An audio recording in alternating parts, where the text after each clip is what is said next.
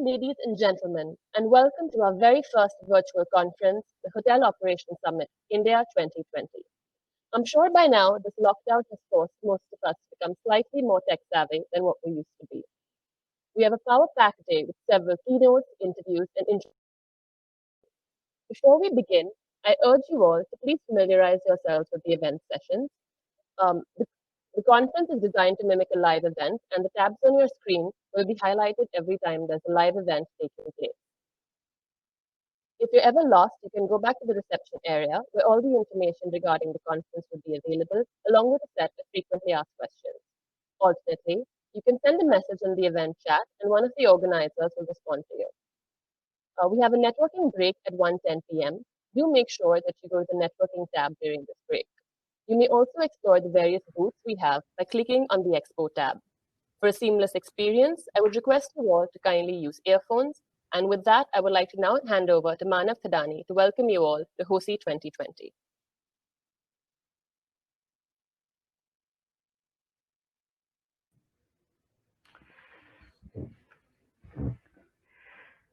Good morning, everyone. Welcome to Hotelivate's first blended conference in the COVID world.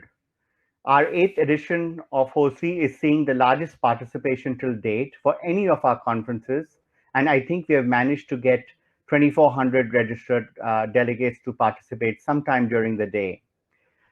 Today, we have people from all over the world that have logged in. We have 2 to 3 sessions that are happening live. We are delighted to be at the Indian School of Hospitality, which is hosting us today. We're also happy to have hotels from hotel brands from across the country that are logged in, or their teams have logged in.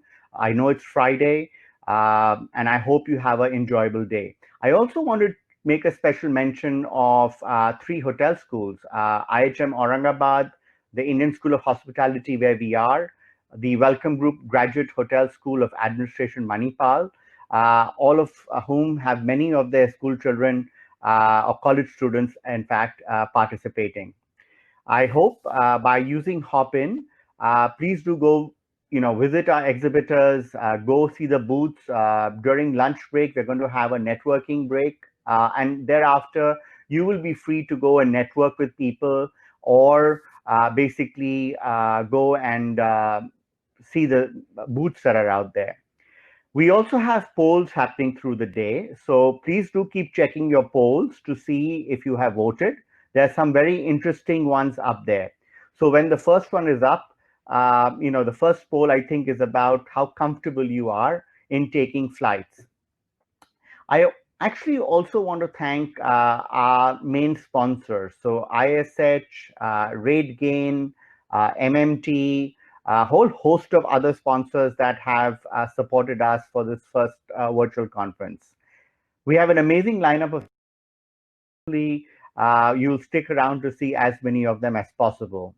Apart from the main leaders panel that we're doing, we also have 9 great breakout sessions with speakers coming in from all across the globe. Those sessions are starting at 4:40 p.m. in the afternoon, and I hope you'll get to benefit by watching them.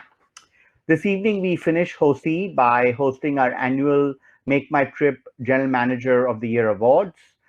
We have 4 categories, and I look forward to looking at who the winners are. Before I leave the main stage and introduce our next speaker, I thought I would take 2 minutes and share my thoughts on the current situation. COVID has clearly been the biggest challenge any one of us has ever faced in hospitality and tourism sectors. Since there is no real book, it has brought the best and the worst in every way. Life as we knew it has changed and may actually never go back to normal, at least not for the foreseeable future as we knew it. I think the most important asset we have in all of this is the quality of human talent that works alongside us, or the people we deal with. So many leaders have said in this crisis that this has allowed them to get to really know the talent which they really appreciate from the average talent. Therefore, I hope that a lot of the focus today on today's conversation will revolve around people. In my travels, and yes, I am traveling. Over the last 2 months, I've covered Lucknow, Jaipur, Udaipur, Goa, potentially soon next week, Dubai. I've had to get myself tested multiple times and get onto a flight, but I think that is the new normal. What's also interesting is that I've come across GMs who have said they're expecting only bargain hunters to come to their hotels. And on the other hand, I've had a few conversations with some GMs who have said that we're getting a new variety of guests who are coming through our doors. And this is a great opportunity for us to try and convert some of them to become our permanent guests. So I think it really comes down to attitude. Do you want to be known as a person who was bargain hunting and traveling, or do you want to go to a place where the team and the GMs and everyone treat you like guest or royalty because they want you to come back? For all the youngsters out there, this is your time to shine and learn. After all, the best thing one has to grow up is experience.